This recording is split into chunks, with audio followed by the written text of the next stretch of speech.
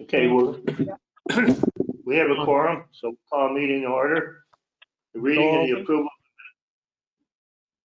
reading and approval of the minutes of the previous meeting. This is Herb. I move we approve the minutes. Thank you. I'll second them, Ben. Thanks, Ben. Is there any additions, corrections, comments? Lacking any, all in favor? Aye. Aye. Any opposed? Carried. Bills, communications.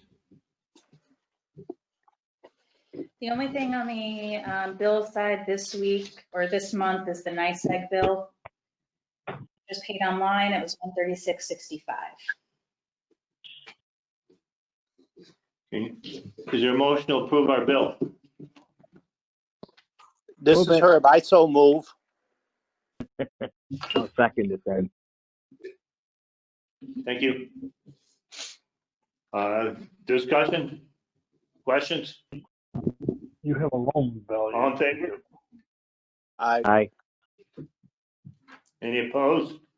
I Okay, know. bills are paid.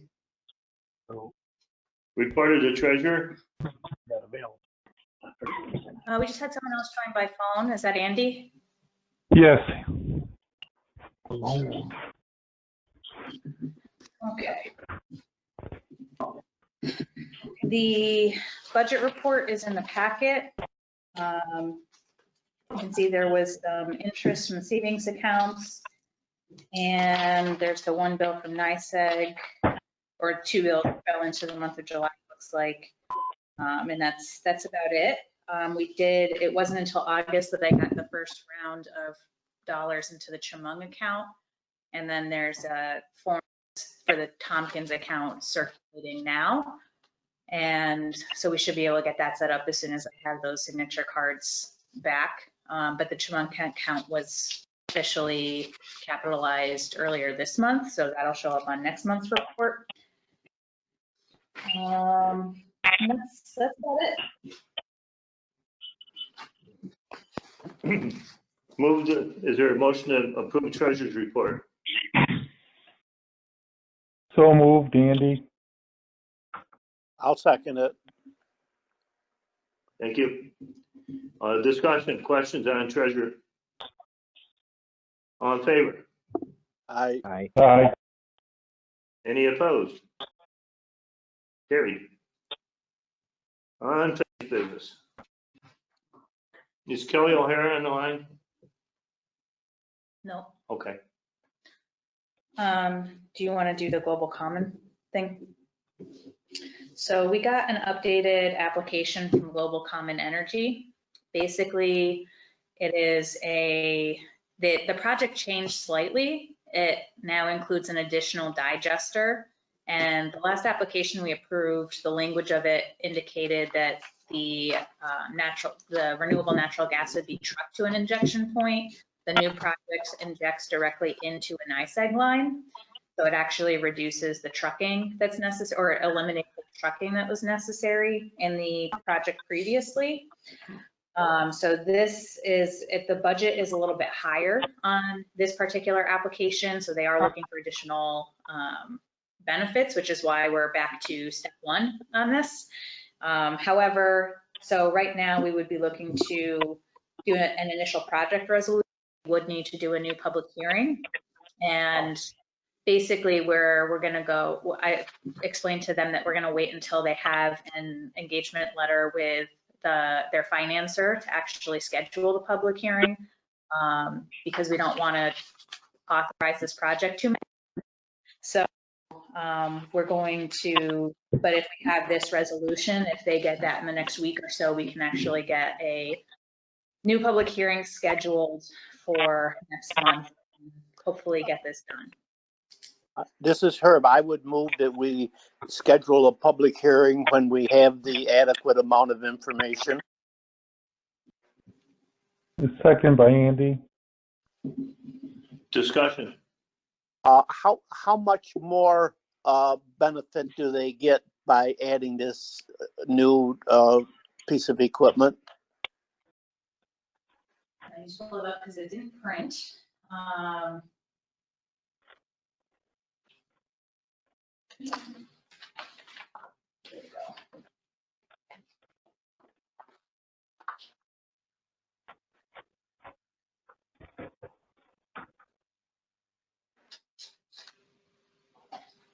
Sorry, my computer is being slow. And the printer is fighting with me. You want this? Yes, this is what I need. So as I recall, the last authorization we did was for something a little over $200,000, maybe like 230. This new application is actually for $389,300, but it's a little bit of an increase, or it's, you know, probably about $150,000 increase. It does include a mortgage recording tax as it stands right now, which would not be relevant should they end up doing the financing through New York Bank. However, that's about $75,000 of the benefit. So this is kind of the maximum that would be approved under the current scenario.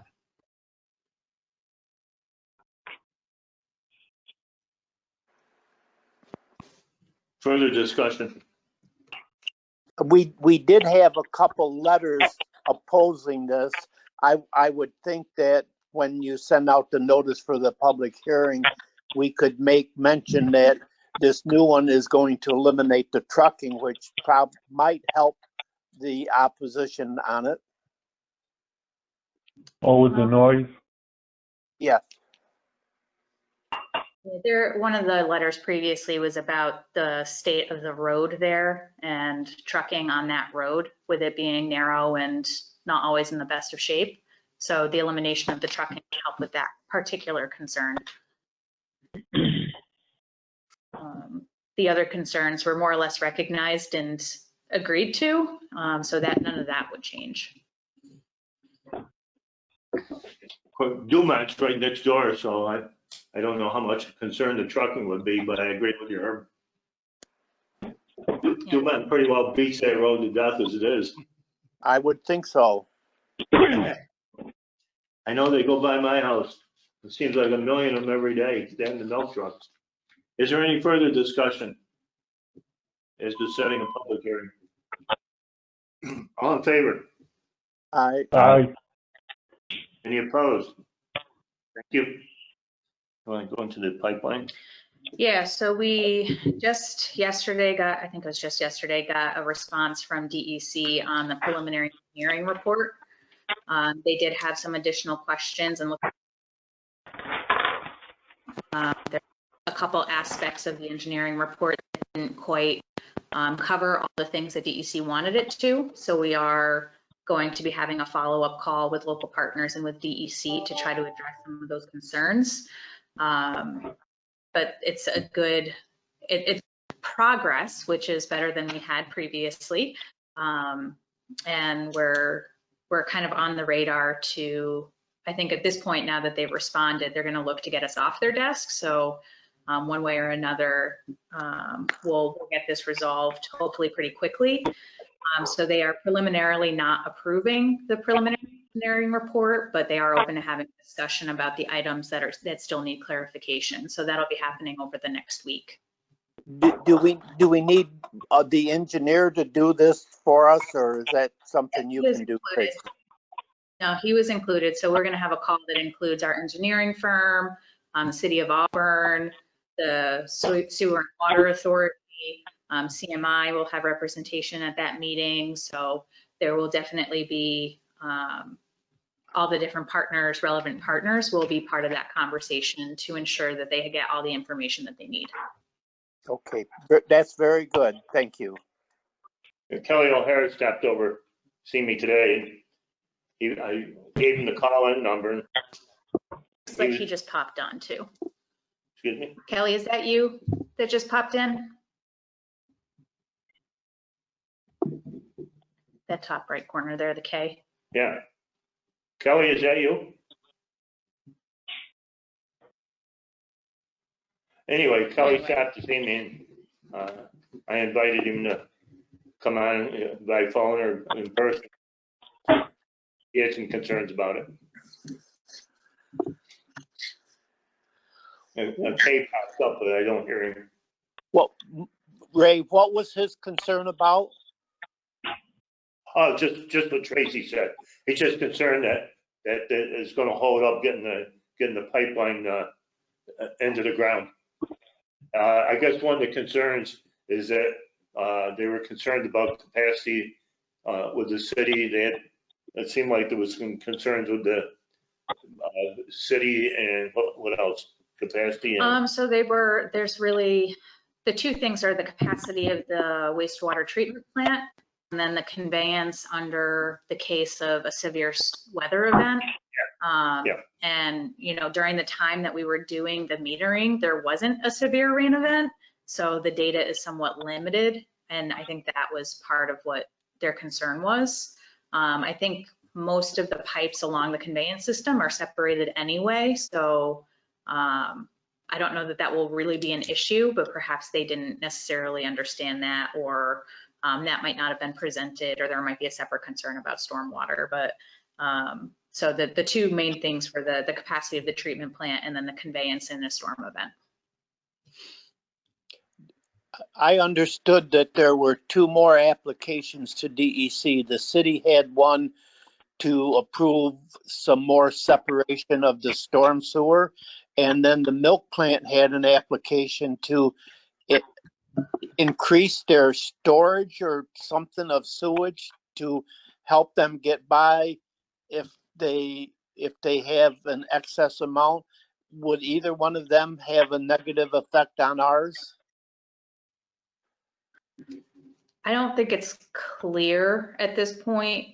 I don't think it would have a negative impact on ours, either one, but that's something that we can kind of address with them on the call. If I'm like whoever Ray was talking about, I would like to get this under motion as fast as we can. If I think the milk plant, their position on it would be helpful too. They're going to participate in this call with DEC. Yes. Okay, good. It's pretty frustrating. Yeah, well, I mean, we'll get through this and hopefully the call next week. So I think that the call with DEC is going to be probably Monday afternoon. So I think after that call, we'll have a pretty good idea of where we stand, and we'll hopefully be able to answer, like the engineer said, the vast majority of the questions will be very easy to address. And then, but there are those two about the stormwater and the treatment plant capacity that are kind of the harder issues. And so we'll kind of know where we are with those issues after the call on Monday. Yeah, Tracy, this is Kelly. Sorry, I somehow left the meeting trying to unmute myself. It looked like DEC's response, a lot of the questions or issues they had were just some accuracy with probes with what was previously submitted. So hopefully they can correct those pretty quick. But yeah, we'll participate from CMI as much as possible to get this moved along. Yeah, and I've been going back and forth with Kevin today. He's gonna send the information to, or keep you and Kevin Ellis in the mix. I was talking to Kevin Buckland, and he's gonna keep you and Kevin Ellis in the mix, and then Dustin and who else is on this? John McAdam, the engineer, is in the mix. So I think we want to make sure that we don't overwhelm the call, but I think it's important to have all of your perspective from CMI on this too. So if there was room, I would think maybe Doug Selby might be helpful. Yep. Because if his connection with the city, he would have, quite a lot of knowledge about their system. Yes, Doug and Janine have been invited. Seth and Tim from the city have been invited. So we've got all those players in the mix. Good. I know stormwater, we've had some problems getting anything back from them because they've been working out from home, and there's big backlog with DEC. One of Kelly's issues was that afraid about getting enough bidders to do the pipeline. So far, Soil and Water, any bids we put out, we've had a pretty good sizable number of responses for the work.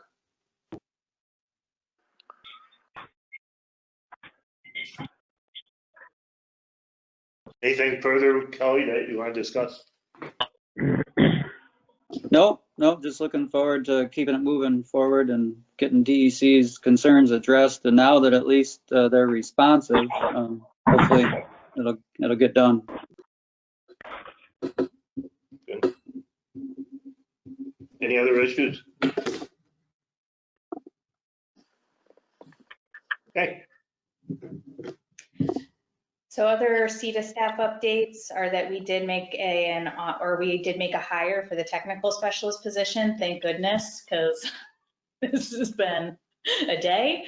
And so her name is Taylor. She'll be starting next week. So she will be with us by our next board meeting what month is it? For September. And she was born and raised in Auburn. She left for a little while, just in return to the area. She's now got, a child that she's raising here, and her background is in banking. She most recently has worked at Empower, so she has some practical experience to transfer over to this position. So I'll be excited to have her on board for the meeting, and you'll all have the opportunity to meet her then. I said in the interviews, and I think one of her issues was that I think she's done as far as she can with Empire and Auburn. And it was my feeling that the only way she could advance would be to drive to Syracuse. And I had the feeling she just didn't want to commute. I don't blame her. Right. Well, yeah, and she didn't say that exactly, but I think you're right that she's looking for that next step. Yeah. I think that was one of the issues. Yeah, I think she's looking to advance professionally and take the next step, and this is a logical option for her. I think she's going to have a good demeanor for this position, and she met Danny and Derek, and they both liked her very much, so I think she'll fit in nicely in the office as well, which is important. Do they know about Kevin? Was she here the last meeting? I don't know. We can't remember if I told you last time, but we also filled our office administrator position, which doesn't interact with this board as much, but Kim Taggarty, who was previously at the county, is now in that position as part-time, doing our administrative and clerical work. She works with the CCIDA board and the chamber board, so that position is also full. So I'm knock on all the wood, almost fully staffed. And I hope to stay that way. Well, good. You should have the horsepower to get the DEC permit done. That's one of the benefits, like the important things. Yeah. Oh, those are some great additions. Yeah, no, we're excited about it. So by this time next month, you'll have Taylor here, and we'll be hopefully chugging right along. We're also, I mentioned, I think at the meeting last month, that the Auburn Industrial Development Authority put out an RFP for marketing services for a place-based brand for the city of Auburn. Those proposals came back Friday and are going to start being reviewed at their meeting tomorrow. So we're hoping to engage someone at or before their September meeting. So that activity is moving right along.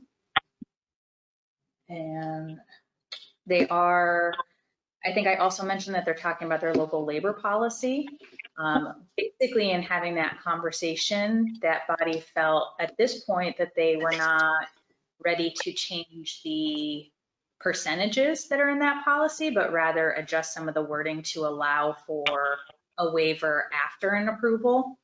So right now, the language of the policy is you have to request a waiver before you get authorized benefits. But a lot of the times the projects haven't gone out to bid yet at that point, so they're kind of guessing as to whether or not they're going to need a waiver, and they think it's easier to just get the waiver up front as opposed to try to actually meet the percentages. So they're going to, I think the adjustments we're going to go with on their policy is to just adjust the language to allow a project to come back for a waiver after they've gone to bid. So, and that the board will take that waiver seriously and not necessarily, you know, terminate benefits just because they're asking for a waiver, but really look at the documentation of a good faith effort and see that they, you know, they really went out and they really tried to get local contractors and for whatever reason couldn't, or the pricing was out of whack. But they'll be asking for that documentation of the effort made to get local labor to justify that waiver after the approval. Their policy the same as ours? It has been. And so once they're going to review that language tomorrow as well. So if they end up passing something, I'll bring that to this body next month. I think that's it from us. Any questions on any of that? New business.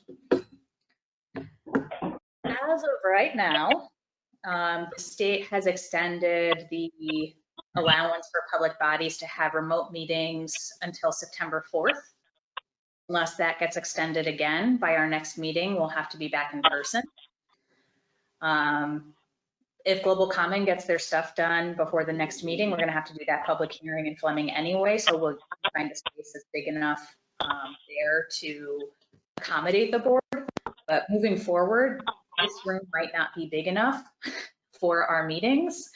As awkward as that and weird as that sounds, we likely won't be able to meet the continuing regulations in this space. So we will have to look for other places to have our meetings.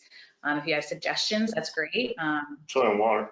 I was thinking soil and water. So I just got an application today for the solar project out on County House Road. So if we look at that next month, we'll likely have a public hearing will come in next month so we can find some place in Fleming. And then the following month, we'll probably need a public hearing for that project and we can go to soil and water. But I think that that's a great space for us. So if that's acceptable to everybody else, I can start exploring that with Doug and his team to try to get us on the schedule there. Yeah.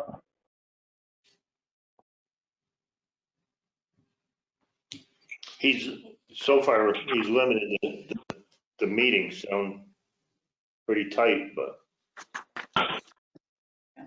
well, we wouldn't have more than 7, 8, right? 10. So there's 7 board members, 2 staff members, Rick, if he's gonna come in person, and then if there's any, they have to be open to the public, so we need to be able to accommodate. So I think we need to have space for 15, even if we don't need it at any given meeting.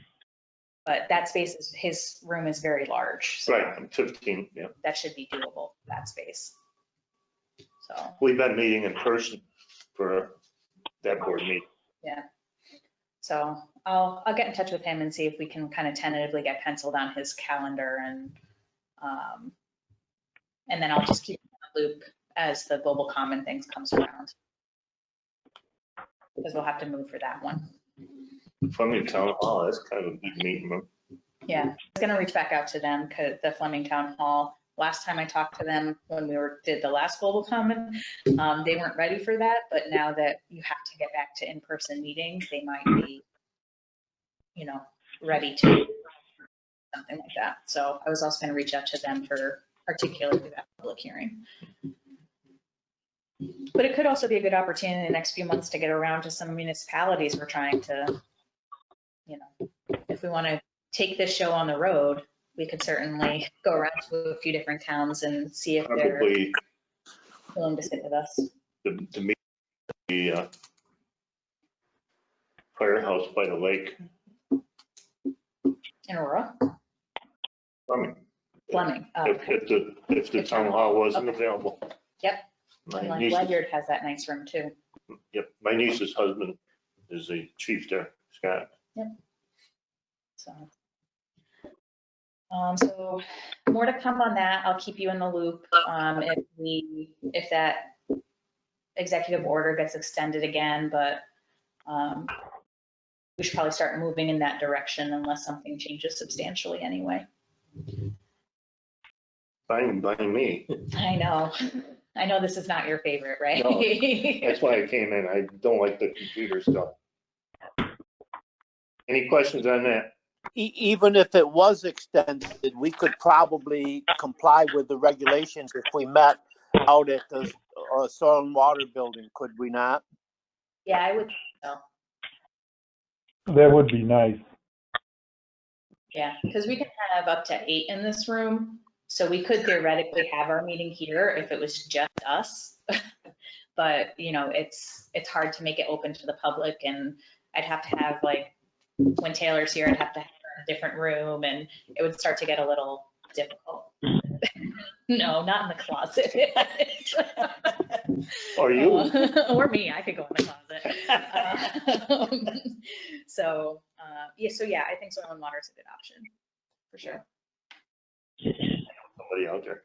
Yeah, me too. Jordan, So just on your radar, if anyone's looking to golf, the Chamber is having their golf tournament in September. Also, if anyone needs their annual sexual harassment prevention training, we are doing a training with Pinnacle HR for nonprofit board members. So if anyone's interested in that, if you need that training for this board, because all of our board members should be trained, and you're not getting that training anywhere else, then this is a good option for that. If you're getting trained by another board or by your employer, that's okay too. I just need the certificate showing that you.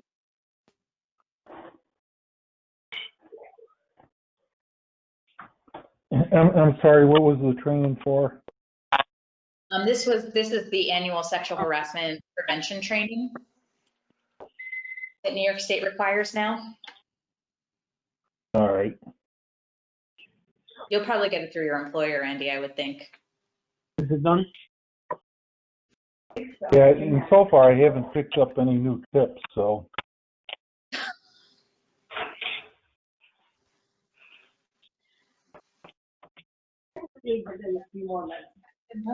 I'm done. Is there any need for an executive session? Rick shook his head no. The next meeting is September 15th, and there's a 3:30 governance committee. Who's on governance? Shouldn't have asked you. Tracy will be notifying that committee before the meeting. Is there anything else to come before us? I move we Yeah, adjourn. Ray, if I might. Thank you. All in favor? All right. Aye. Anybody opposed? We're adjourned. Thank you.